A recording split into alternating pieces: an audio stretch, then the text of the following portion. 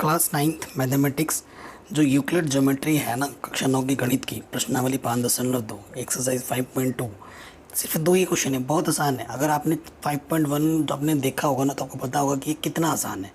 ठीक है, तो क्वेश्चन नंबर 1 क्या बोल रहे हैं, बहुत ही आसान है, दोनों ही क्वेश्चन इजी है एकदम। कह रहे हैं आप यूक्लिड की 5वीं अवधारणा को किस प्रकार लिखेंगे ताकि वह सरलता से समझी जा सके। जो 5वीं अवधारणा, जितनी भी अवधारणाएं हमने पढ़ी थी ना, उसको आप किस तरीके से लिखोगे कि जल्दी से याद हो जाए और जल्दी से समझ में भी आ जाए, अपनी भाषा में कैसे लिखोगे। ठीक है, तो क्वेश्चन नंबर 1 है, ये हमारी प्रश्नावली कक्षा 9 गणित की 5.2 है। क्लास 10th की मैथमेटिक्स, 11th 12th की मैथमेटिक्स हमारे चैनल पे पहले से ही अपलोड, आपको पता है। तो देखो, यूक्लिड की 5वीं अवधारणा है ये, इसको हम कैसे लिख सकते हैं। यूक्लिड की 5वीं अवधारणा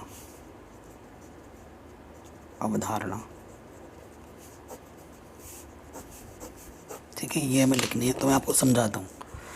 आपके पास दो लाइन है, एक लाइन ये है, दूसरी लाइन ये है, तीसरी लाइन इसको कट कर रही है।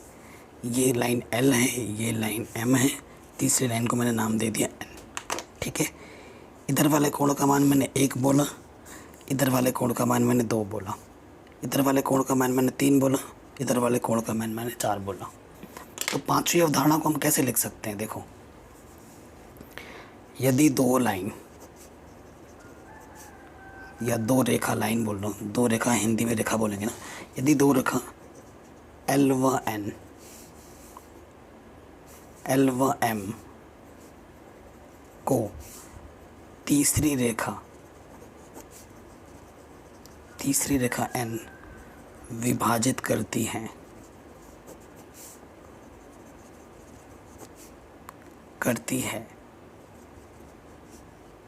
तो अगर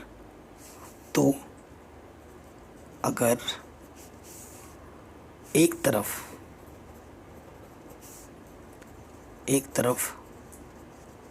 बनने वाले, जैसे 1 या 2 ले लो या 3 या 4 ले लो, जो लो, एक तरफ 1 या 2 या 3 या 4, कोई भी एक लेना है इनमें से, का योग, मतलब या तो 1 + 2 या 3 + 4 का योग यदि 180 अंश से कम होता है तो, मैं आपको समझा भी दूंगा, मैं पहले लिख रहा हूँ, कम होता है तो दूसरी ओर भी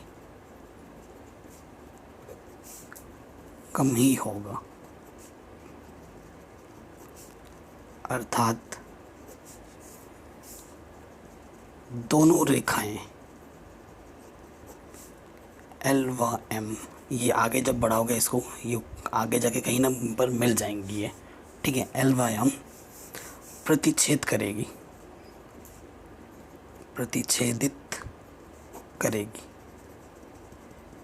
अब मैं, आप आराम से समझो मैं क्या बोल रहा हूँ। अगर आपके पास दो लाइन है, ठीक है, और तीसरी लाइन इसको कट करेगी तो अंदर कुछ कोण बनेंगे, है ना। इस तरफ का जो कोण बन रहा है जोड़े में लेना है।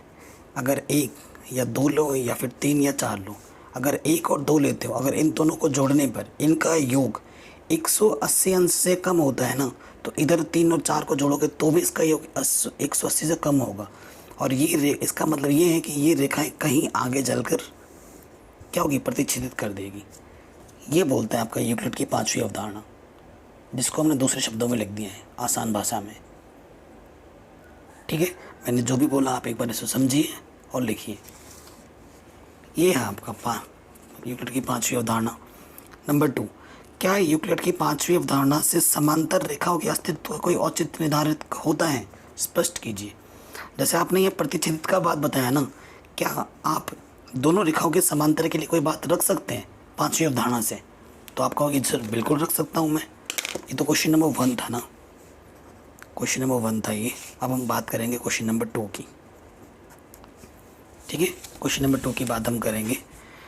सो देखो, इसमें क्या है, अगर आपके पास एक रेखा L है, दूसरी रेखा M है, ये L है, ये m है, तीसरी रेखा आपकी ये n है, ठीक है। बनने वाले जो कोण हैं आप मान लो ये 1 है, ये 2 है, ये 3 है, ये 4 है। अगर इन दोनों का कोण, अगर इन दोनों को जोड़ो 180 आएगा ना, तो इन दोनों को जोड़ने पर भी कितना आएगा, 180 आएगा। अगर आंतरिक कोणों का योगफल एक तरफ का 180 है तो दूसरी तरफ का भी 180 होगा। और ये चीज़ दर्शाएगी कि ये जो लाइन L है और ये जो लाइन M है वो आपस में समांतर होगी, ये कभी जाकर आपस में मिलेगी नहीं। तो बस इसका उल्टा लिख देना है। क्या लिखोगे, यदि दो रेखा L व M को तीसरी रेखा N विभाजित करे तो आंतरिक कोण, तो एक तरफ की आंतरिक कोण का योग, कोण का योग 180 होगा तो दूसरे तरफ का भी 180 होगा। अर्थात रेखा L व M समांतर होगी। ये आपको इतना आसान शब्दों में लिख देना है। आशा करता हूँ आपको समझ में ज़रूर आया होगा, ठीक है।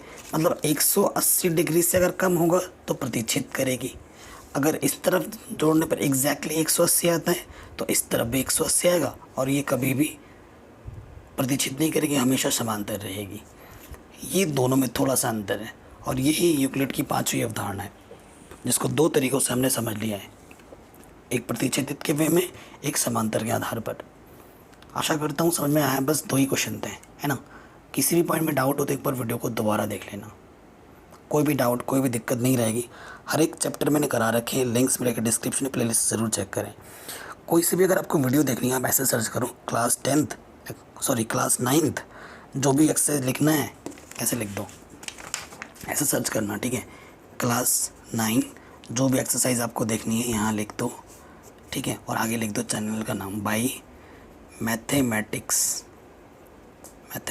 एनालिसिस। तो आपको वीडियो सबसे ऊपर दिखेगी यूट्यूब में और फिर आप आराम से देख लेना।